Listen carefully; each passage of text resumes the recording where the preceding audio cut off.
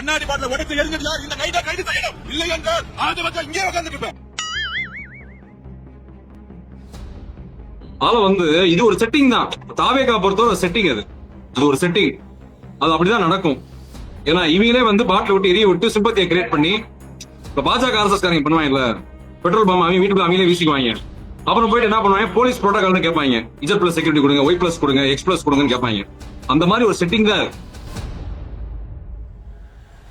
திமுகவுடைய இந்த சதி திட்டத்திற்கு நாங்கள் குரல் கொடுப்போம். இதுவே நாடகமா இருக்கும் போது, அவன் வாழ்க்கையே நாடகமா இருக்கும் போது, இந்த அழுகிறது எப்படி நாடகம் இல்லாம இருக்கும் அப்படின்னு நான் கேட்கிறேன். இந்த மக்களுக்கு நான் தெரியப்படுத்துறேன், அவன் எல்லாமே நாடகம் தான். ஆதவர்ஜுனா அவங்க தாய், அவங்களோட அன்னையை பத்தி, அம்மாவை பத்தி சொன்னது எல்லாமே பொய். 5 வயதில் என்னுடைய தாயுடைய சாவை பார்த்தோம் நான். அப்பொழுதுதான் அம்பேத்கரை படிச்சேன். ஏன் சாதியை ஒழிக்க வேண்டும்? சாதியினால் என்னுடைய அம்மா தற்கொலை செய்யப்பட்டார். மாமியார் சைடுல இருந்து ஏதாவது பிரஷர் இருக்குது, கொடுமை நடக்குது, ஷேர் பண்ணிக்கிறதுக்கு ஒரு வழி இல்லாத ஒரு நீங்க இருக்கும்போது உங்கள்கிட்டயாவது வந்து பேசிட்டு போவாங்க, தங்கிடுவாங்க, ஆறுதல் இருக்கு. அதனால அம்மா வீட்டுக்கு வர்றதுக்கு அவளுக்கு ஃப்ரீயா ஃபீல் பண்ணல. நான் அங்க இல்ல, என்ன செய்யறதுன்னு நினைச்சாலும் என்னவோ தெரியல. அந்த மிளகா பூச்சிக்கு, மிளகா செடிக்கு வச்சிருந்த மருந்து இருக்கு பாருங்க, அதை எடுத்து வச்சுட்டேன்.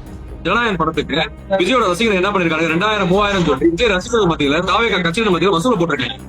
அப்ப யோசிச்சு பாருங்க, இவங்க எவ்வளவு பெரிய ஊழல் பண்றவங்க, எவ்வளவு பெரிய திருட்டு பசங்க நீங்க தெரிஞ்சுக்கோங்க.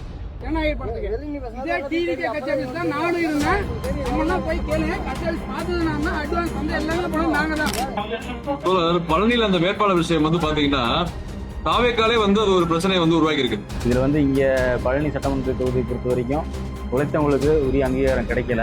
தலைமை சரியான முடிவு எடுக்காம எங்களுக்கு தெரியாத ஒரு நபரை அறிமுகப்படுத்தியிருக்காங்க.